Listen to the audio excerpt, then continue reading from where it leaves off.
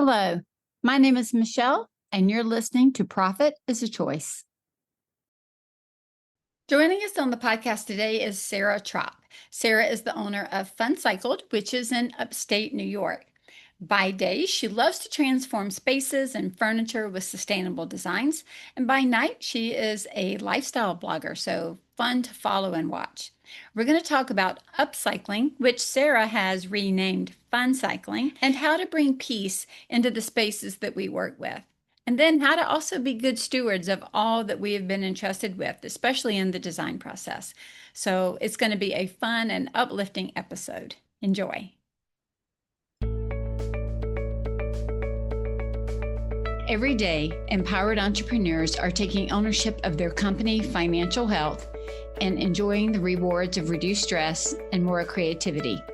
With my background as a financial software developer, owner of multiple businesses in the interior design industry, educator, and speaker, I coach women in the interior design industry to increase their profits, regain ownership of their bottom line, and to have fun again in their business. Welcome to Profit is a Choice.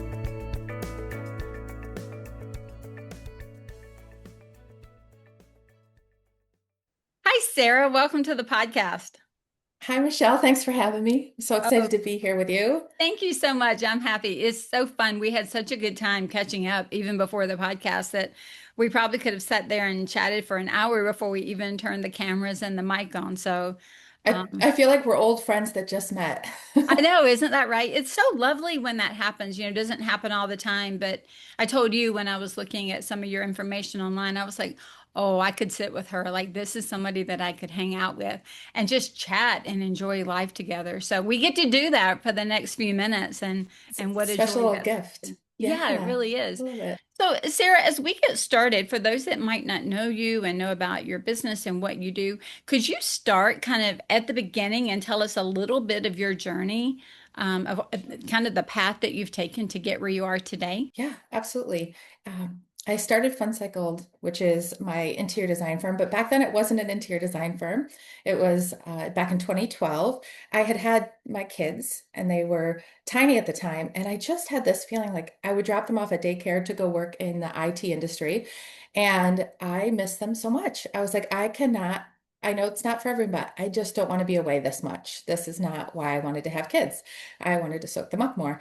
So I prayed about it, thought about a lot of different ideas of businesses, but there were a couple things. I really love art. I love painting. I used to take professional painting lessons when I was a teenager, and because I was homeschooled. So that was like we were in sports. We could pick what we liked, and that was what I loved. I loved painting.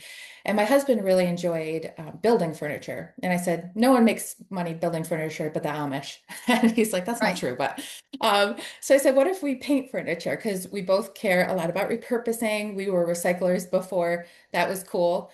And my husband John, he's the guy carrying like a bag of recyclables home from vacation because the state didn't recycle. This is what we were.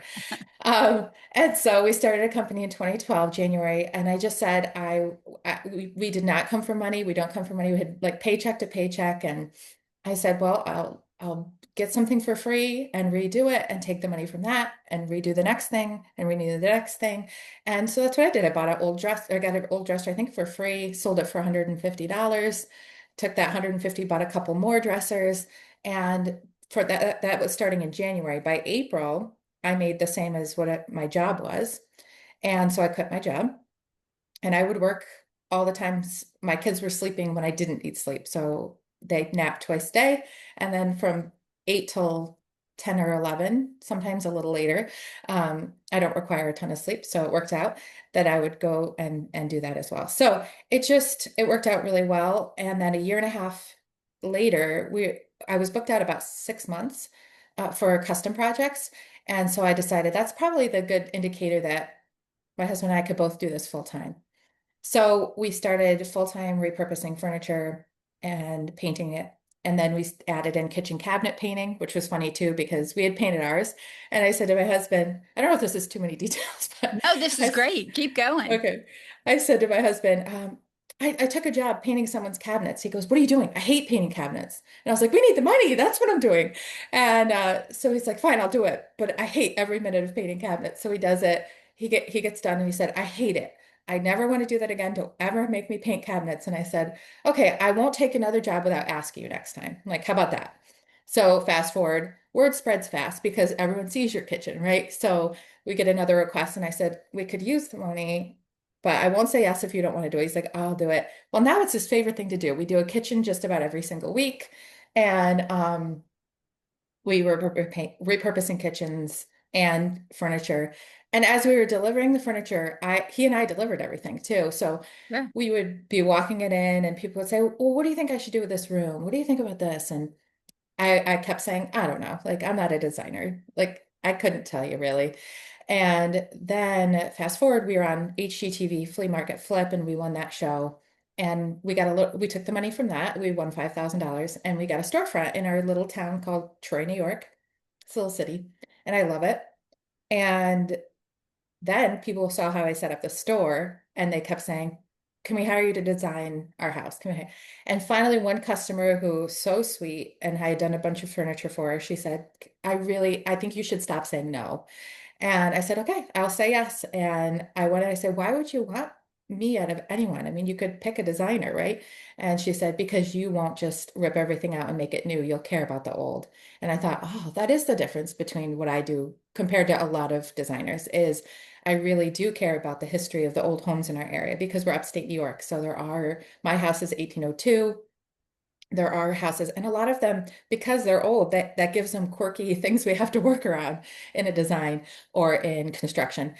And so then we expanded into the design and then do some light refinishing, light remodeling, and full scope projects. So that has been kind of how it has changed over the 13 years. But it all comes down from the heart of taking something broken and making it beautiful. And that's what we love to do in spaces, in homes, and even some commercial spaces. We've done that. So. And what's so interesting, Sarah, when you do that in the home and when you do that in spaces, it does it in our hearts and in our lives too.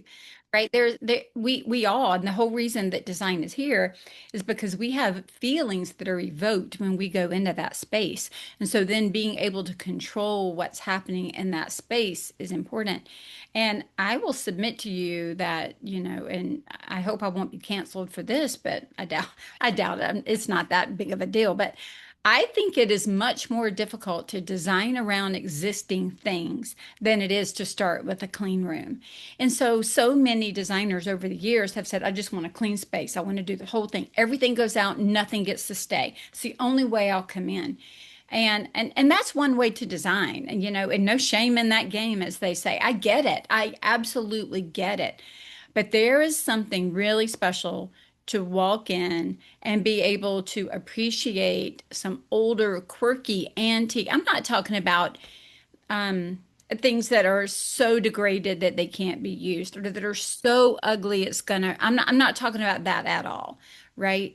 I'm not talking about a sofa from the 1990s that you refuse to recover. But I'm talking about there are certain elements that just bring depth and warmth and I don't know, introspection in some ways to a space that all new can't do or is difficult to do. Yeah, I couldn't agree with that more. I actually was just listening to some real estate specialists talking about how they're seeing a trend in home buyers where they actually want that original feel of a home. They don't want everything gutted and new. They It's true. actually appreciate the tile and the importance of hiring a designer who realizes which things are worth keeping and which things aren't. So, for instance, an example, one client, maybe 4 or 5 years back, came to us and said, "My mom and dad they have to leave this house. They started remodeling it. It's been in the family. We want you to buy it because we know you'll appreciate the old character. We won't rip everything out." Well, at the time, we just didn't have enough capital. I tried to get a partner to do it with us. It just didn't work. So we had to say no. And what happened was that someone bought it, flipped it, and put everything new, like tile that was not period Mhm. appropriate, in this old brick colonial from the 1800s. I mean, it just broke my heart.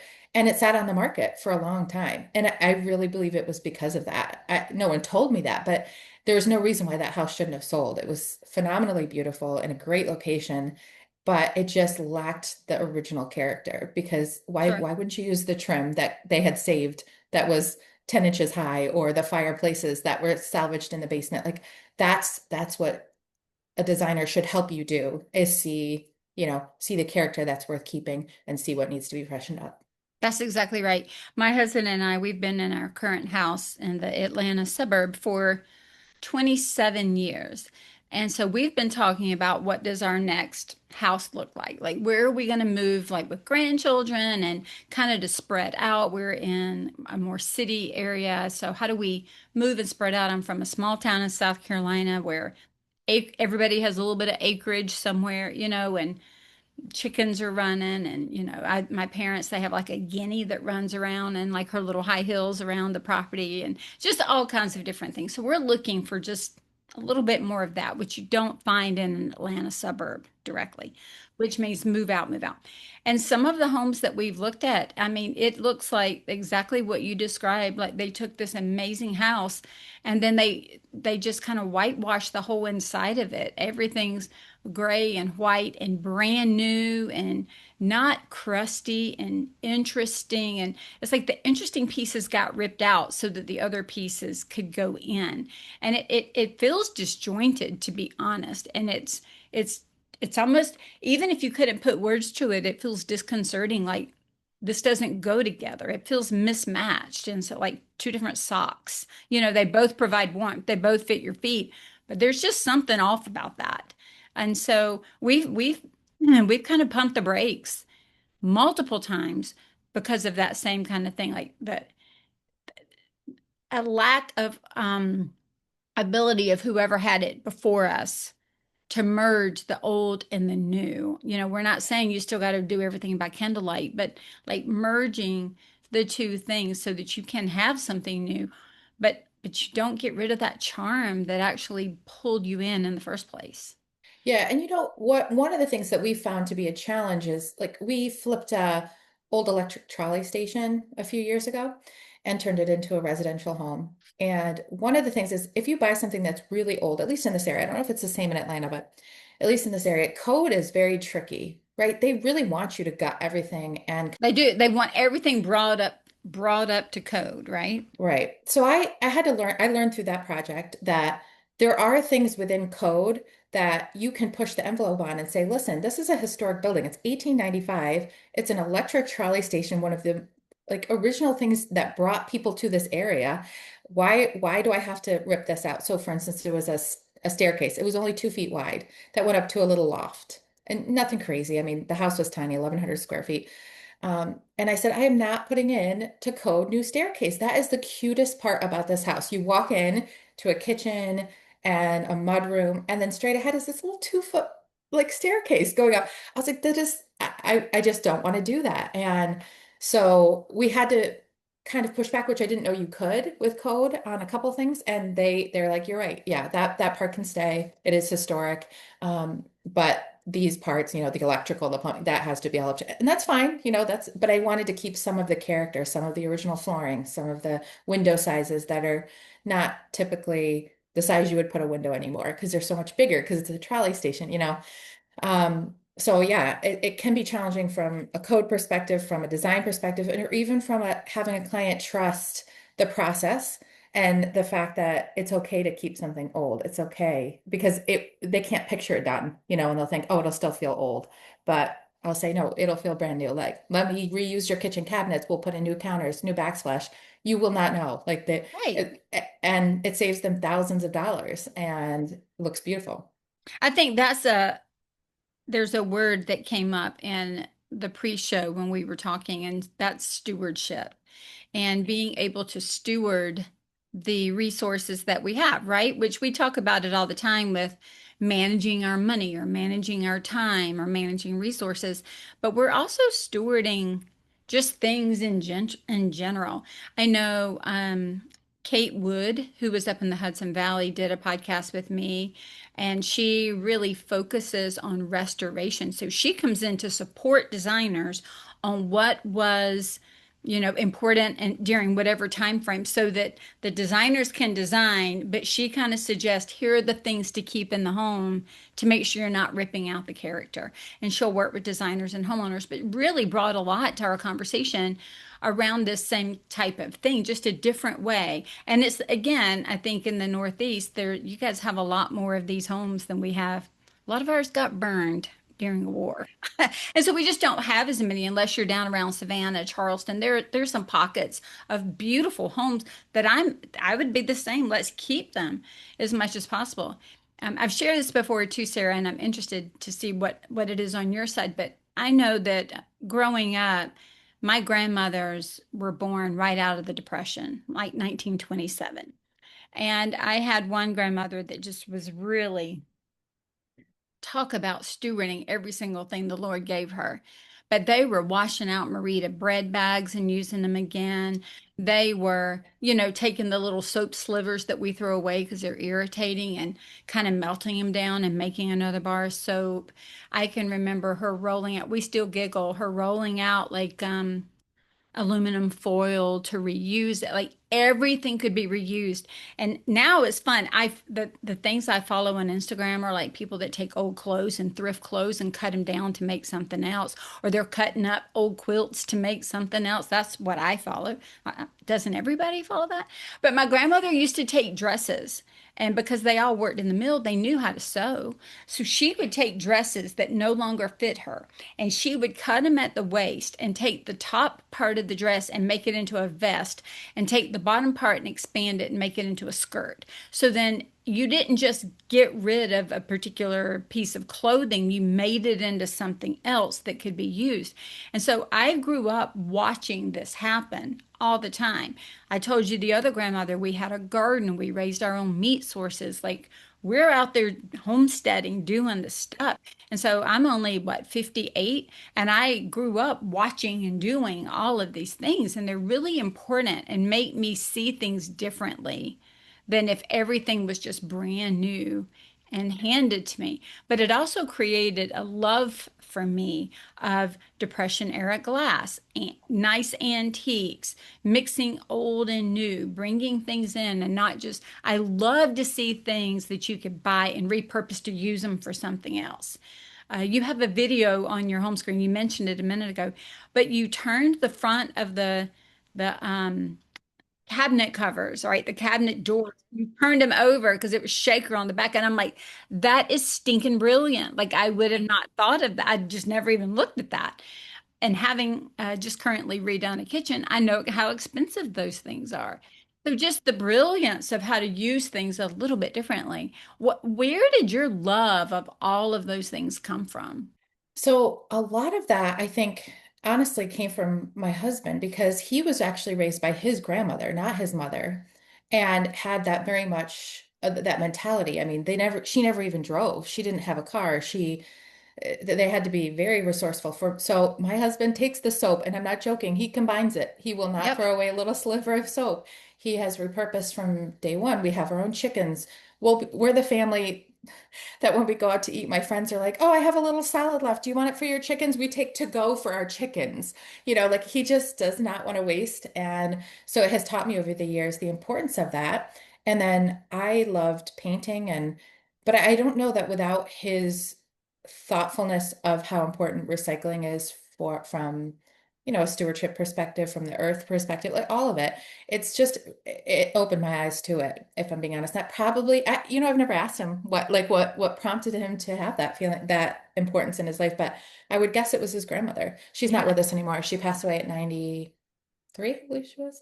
Um, so yeah, That, I'm that not that exactly sure, but generation though, and I'm assuming they're probably somewhat in a similar yes. generation as mine, but that generation, they had to learn to make do with very little. They had to make the things work. They spent their time, effort, energy, money on different things than always acquiring the next thing. I know sometimes I get so, as much as I love to watch a good influencer out there on Instagram, I get so sick of the the feeling that I have to constantly go buy something new that can be brought up when you keep seeing all those things. That's why I much prefer to watch those that are recycling clothes, recycling furniture, recycling things in their home, like the things that you do, because that makes me want to run out to a thrift store. Like, I don't pass a good antique store. My kids know it. They go with me. They now go on their own and they're in their 30s and they see things and take pictures of it and call me and ask me if I want it. Like, they know what I like. Um, but I would much rather do that. Not that I don't love new things and beautiful things. I absolutely do, but just being able to hold both, I think is where the magic happens. I totally agree. And I think, the other thing for me is the way that things were made, especially like this is one of the things that attracted me to repurposing furniture. You buy new furniture and it's garbage. Like most products are not well made like they used to. They will not hold up as well. And so if I can take something, and sometimes people, I think the misconception in the DIY world, especially when it comes to furniture, is that if I say to a client, let's repurpose a piece of furniture, for instance, they'll say, oh, that's like the cheap way out. Like that's what a DIYer would Oh, do. it is not It, cheap. if you get it professionally done, which is custom to your home, nobody else is going to have that because it could be a custom color, custom hardware. Um, no, it has uniqueness, which I love. It has the character that's going to last because it's already lasted 70 years and it's still working well. And it has a great story. And that's the thing I think we think about, we forget, your podcast is all about profitability. We forget sometimes as designers that the things that have the stories are the things that people remember. So if a furniture piece has a story and I can share that and it reminds people of why we should repurpose that buffet or why we should not just throw away a vanity that's half broken, let's make it two end stands. It's just it inspires people to want to do it themselves. It's good stewardship and it's just fun altogether. What I do is really fun as far as like the actual work. It's a really cool experience taking something so broken and making it beautiful. I have two chairs up in our sitting room that were my great grandmother's. Oh, Yeah, nice. she was born before 1900, and they've been passed down through when I tell you these two chairs are heavy, I mean, it's two grown men and they are huffing and puffing to pick up those chairs. They are so solid and I can't even describe how one single chair can be so darn heavy, but it is. And I have them recovered. I've recovered them 3 times myself, and they're currently in a pink velvet. And I love them. I mean, they are fabulous chairs and they tell a story. I have another chair in our den that I've recovered 3 times. I picked it up on the side of the road at like a yard sale for $10. But it's got the best bones to it. It's got some fun woodwork around it. And I just keep recovering it to fit in the house. And I love that chair. So just finding certain things like that, really make a difference. And I don't know. I've got some new stuff and I don't even like the new stuff. Like I don't like my new chairs. We talked about them within 3 months of getting them. We're like, we paid a ton to have these custom chairs made. I don't like them. And so right now we're just trying to use them until we can figure stuff out. What was also interesting, Sarah, and I don't know if you saw an uptick in this given that you had already been doing it, but during COVID, I know a lot of my designers, especially those in the Northeast, like New York and Connecticut and up in that area, they were going to a lot of the antique stores and the thrift stores, finding antique furniture and refinishing it because we couldn't get things in. And so they had to go reuse a lot of stuff just like to expand their designs to include things where maybe they hadn't as much in the past. Did you see an uptick in that as well? Yeah, I think there was in that, and there was in the sense of like, when there was a delay in getting deliveries, all of that. It was like, we don't want to hope that this can be completed on time. Let's just use something local that we can have you redo or X, That's Y, or right. Z. And so, yeah, definitely. So tell me how now that you've moved into the design, you started with all of this love and the recycling and the stewardship, and you've expanded into. I love how your client said, "Just say yes, like stop saying no, just try it, just try it." And then seeing that, there is a God-given talent to that. The beautiful part is when they walk in your storefront, they see how you design, they see how you put things together, they see how you merchandise the store. So therefore, that's how you're going to probably bring that same talent into their home, right? How have you seen your design business expand and grow? And what new things have you started growing in just personally as you've said yes? Yeah, some of the biggest actual help to my business, even in the last few years, has been understanding my why. I think sometimes designers, at least that I've met at different conferences or friends, they don't really take the time to understand why do they really want to be in design? What sets them apart from anybody else? And I was just, I'm not judging them because I did the same thing. I just was like, sure, I can make a pretty space. Sure, yeah, okay. I guess I'll say yes. But over even the last year, I've done a lot of work in understanding myself and how the experiences in my life have shaped why I want to do what I do. And I was sitting with a group of women, actually, business owners, and we were doing this exercise. I always get it wrong. I think it's called Ikigai. I'm not sure if you've ever heard of it, but you talk about like I don't know too much about it, so I don't want to talk about it as an expert, but basically what they did was they gave us questions about our childhood, like what things did you what couldn't you wait to do as a child? Like what were you passionate about? And I would say like I loved being in church. I loved that community. I loved painting. I loved music. I loved being in nature, and we kind of work Mhm. backwards from that to say like what does the world need that you feel like you could bring to it? And why? Like, why does that matter? It was a lot of asking the why questions of Sure. why that matters.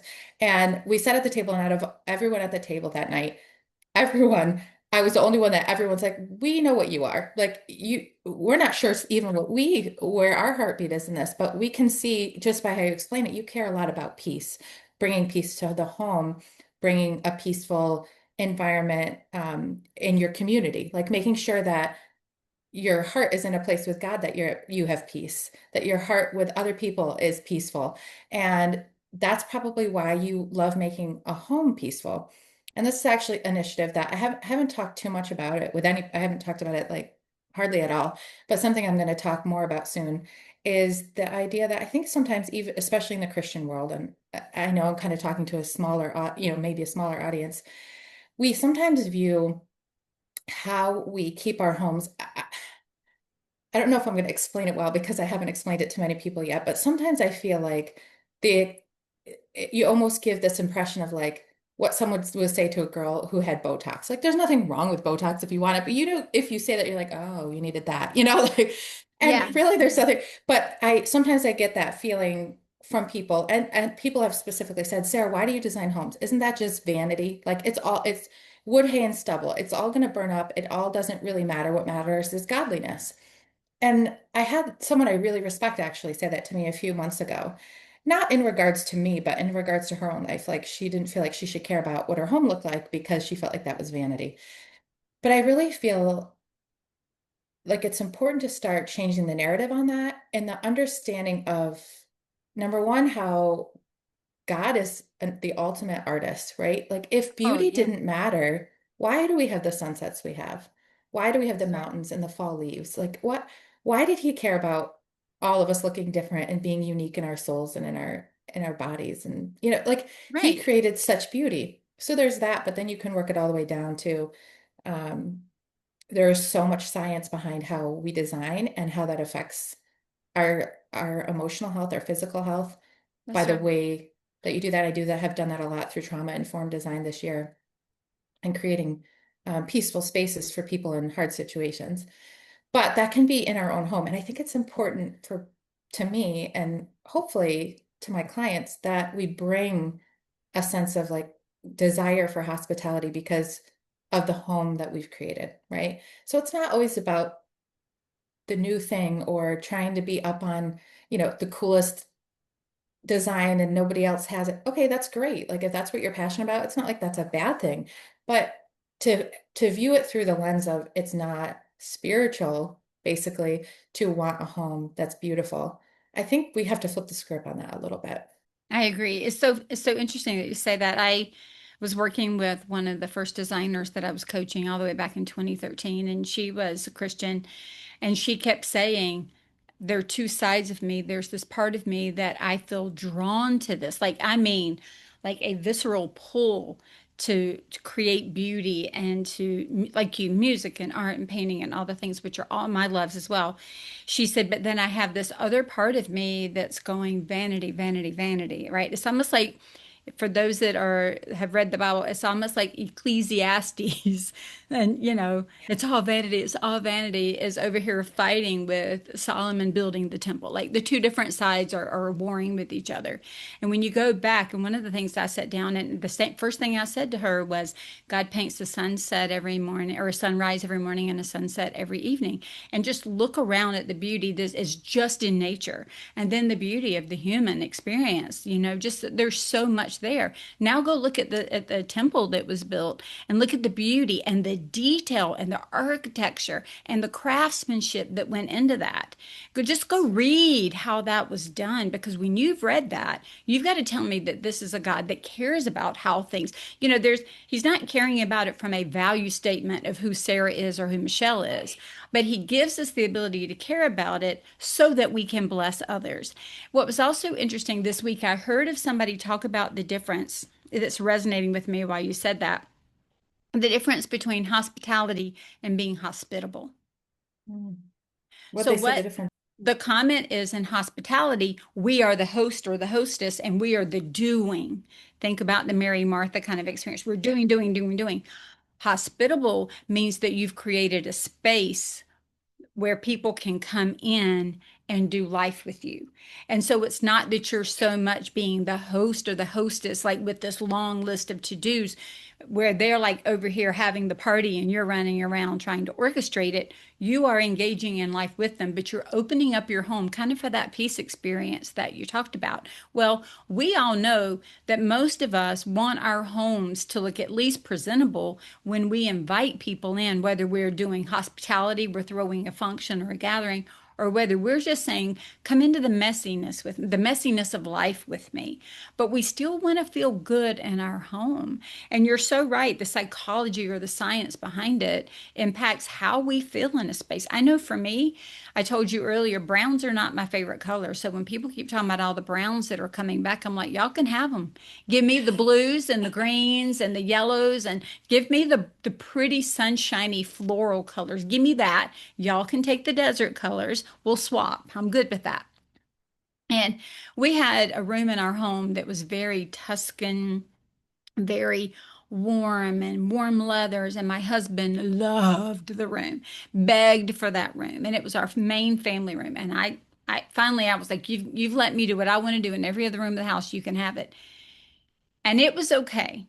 But I got to tell you, when I walked through that room, it's like something in me just felt like it was withering. It felt closed in. It felt dark, even though it was not. It just felt it.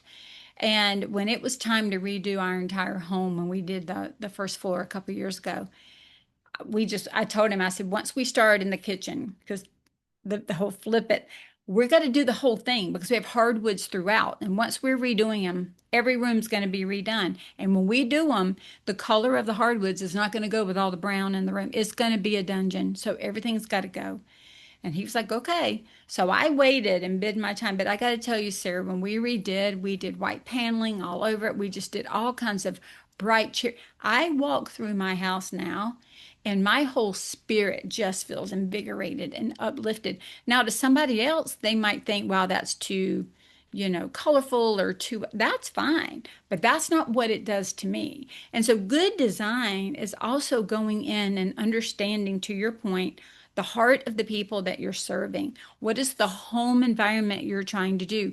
Where is the old that we want to protect, the story that we want to hold? Where is the new that needs to be added to enrich the story, not throw your story out and write a whole new story, unless that's what they need to do. I mean, if they need to do that, we can do that. But not everybody wants or needs to do that. They want the crusty. Yeah, I agree. I just did an article for a magazine, and it was five that they asked me to answer questions on 5 things that help spark joy in the home, right? But I said the first step is understanding what sparks your own joy. I'll go into a design client and they have no idea what they even like. And so part of my job is what do you like? Do you want to explore that or do you want me to just decide for you? And we hope we align because for instance, when I started a store, I went to different stores that were similar in what they were selling. And I said, what do I like about this? What feelings do I have when I walk in? And I realized I cared a lot about the music that was playing. I cared a lot about the scent, which who cares about the scent of it? I care about the scent of the store. So it was very important to me to have the right sound, the right smell, in addition to the right colors. Like I knew I could get the It's the colors, you know. senses. It's the whole sensory engagement, though, right?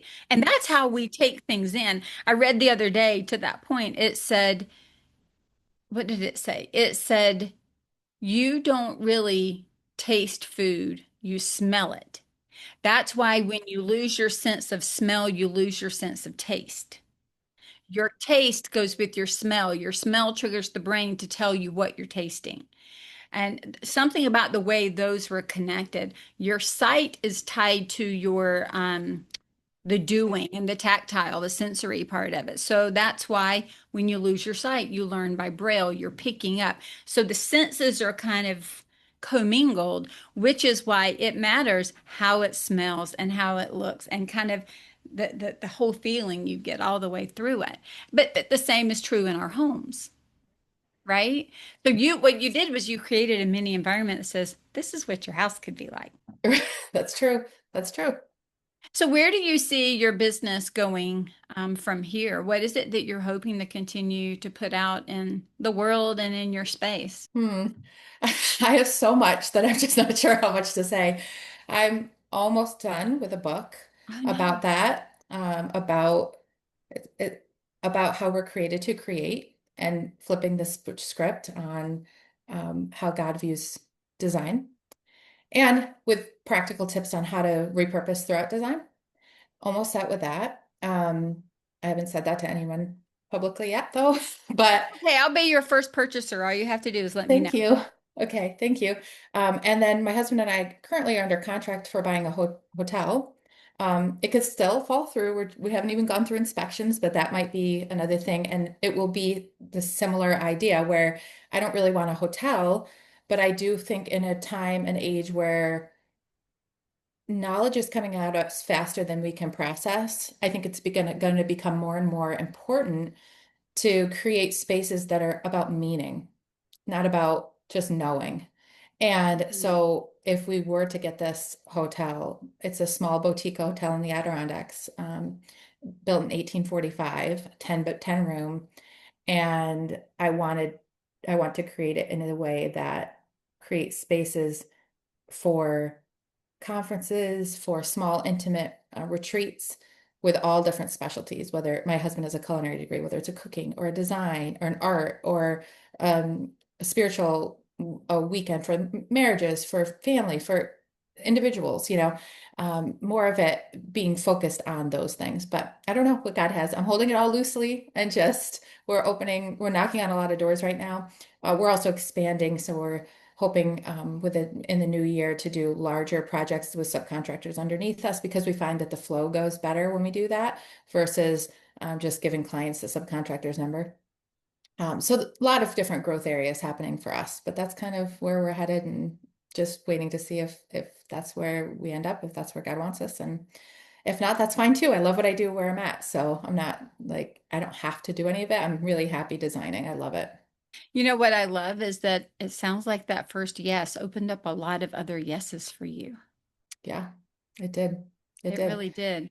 There's a power in the yes. You know, sometimes I always have said, find somebody who believes the best in you, even when you can't see it. And I had a dear friend one time say to me, she said, Michelle, I can't wait for you to see yourself the way others see you. Like, if you could really see yourself like others see you, there's a power in that. And I can't wait because when you see it, not as a power like, let's go, but a power of, um, almost like a jet fuel that fuels you into the next part of who you are becoming, that type of power, right? And I think there's two takeaways from that is when you see it and others say that, because I think Yes. sometimes we forget to do that with younger people or even older people that don't see their own potential. And this happens a lot even with my employees where I'll say, you can do this. Like I see the untapped Right. potential that you won't let yourself because you keep saying no. Like, Or we're afraid to make a mistake. We're afraid to get it wrong. We're afraid that we can't do something. We are the limiters. And you're absolutely right. So having that person who spoke over you, what about, it's not like she was telling you to do something you hadn't already done. You were already doing it. Just now, what if you offered that as a gift to the world or to others, those that you're intentionally meant to serve in that way? And then you saying yes. And I have to believe in some way, just hearing your story, that that yes allowed you to say yes to the book and yes to a potential expansion in other areas, because those yeses only come from a power and a fuel of a prior yes. You don't just jump into those things with a bunch of no's. That's not the way it works. And so just to see that, it's even like now when I look at the things that I'm doing, I can look back in my life and see the yeses and the no's that providentially put me in a position to be able to do what I do, um, and that it could have shifted. I'm 41 right now, but between like when I turned 39 and I knew I was going to be 40, I did 40 new experiences, things I've never done before between 39 and 40. And what a cool year. I mean, if you're sad about a year you're turning, do that because it makes it the most fun year. Yeah, my next one is 60, and that my daughter-in-law's husband or daughter-in-law's dad did that about 2 years ago. And some of the experiences were wild, but that's going to be a lot of experiences for me. My husband turns 60 next year, so maybe we'll do them together because I can't imagine 2 years of 260s. That'd be a lot.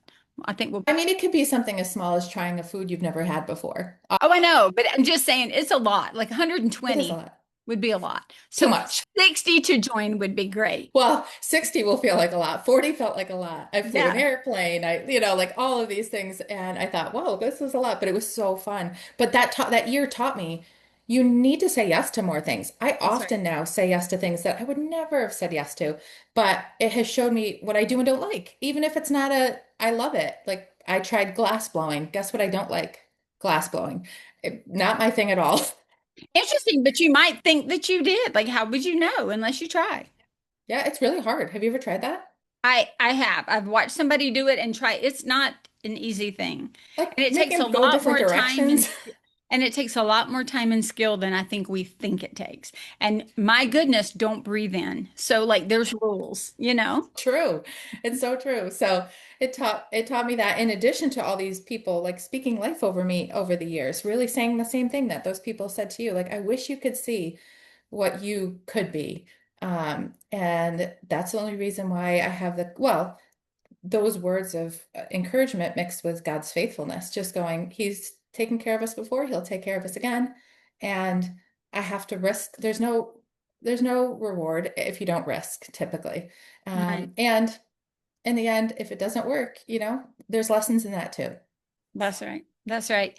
Well, Sarah, this has been such a delight, and I'm encouraged just to see the things that you're doing and the things that you are creating. I get so fun for me. And so I'm going to come stay at your place. I'll hold a You're retreat. welcome. Yep, I'll go ahead and come plan to come do a retreat. Like all of that's going to be amazing.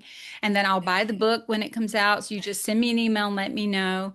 And I just wish the best over you as you continue to grow your business and your design and your opportunities to just provide peace in different ways and to show people, how we can make peace with our environment with the things that we have. I appreciate that. And I appreciate you. I've been on other podcasts and it's just such a gift to meet with someone that I feel like we're just getting coffee like old friends. And so I hope if I come down to Atlanta, maybe we could grab coffee one of those times Oh, I would love and it. Let's meet do you in it. person. Okay. Yeah, we'll put it on the calendar. Well, Sarah, Sounds where good. can people find you? They can go to my website, funcycled.com, and check me out. But I have that handle. It's FUNCYCLED, like upcycled but fun cycled, on Instagram, Facebook, and Pinterest. So you can go on Perfect. any of those platforms too. Awesome. And we'll put all of that into our show notes as well so people can find out Okay. what you're doing. Sounds good. Thanks for having me on. This has been You're a welcome. blast. Okay, so I have one last request. If Okay. if you get this space that you guys are trying to get, you are Mhm. going to chronicle and document all the changes and everything you're doing, right? Right, right. Because Yes. that would even be a really fun HGTV. I think we should pitch that. Or We're gonna pitch it. Magnolia or somewhere. I I think we want need to pitch it. Magnolia if I Yeah, we need can. to Yeah. pitch it because then Okay. I will watch that too. If you have anyone to have me pitch it to, let me know. I'll send it That's out to right. everybody I know, but That's right. And if you need a yeah. coach to come in and coach something, just so I can sit out Okay. there with you, because I will come up to upstate New York. All you got to do is let me know. Okay. I will Awesome. definitely to keep you up to date on all of that if it happens. That sounds great. Well, All right. congratulations on all the opportunities, and I hope we Thank get to you. have you on the podcast later. I'd love it. I'd love it. Thanks, Rochelle. I'll talk to Thanks you so much. soon. Okay. Sarah, it was such a pleasure talking with you about fun cycling. Honestly, it makes me want to go antiquing right now or pull out my paints or something. It makes me want to be expressive, and I love that.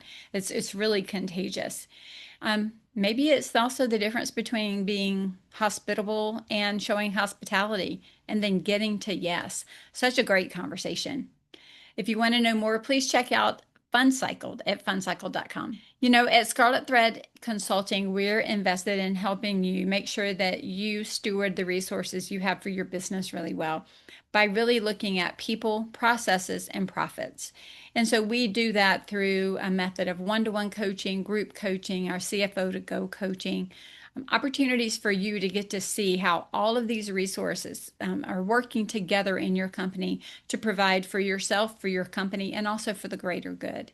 And so if you want to know more, you can go to scarletthreadconsulting.com and get all of the information. You can also follow our blog there as well as see podcast episodes. Please know that profitability isn't something that happens just by accident. It really is a choice. And so remember, you get to choose daily if you want to be profitable or not. Have a great day.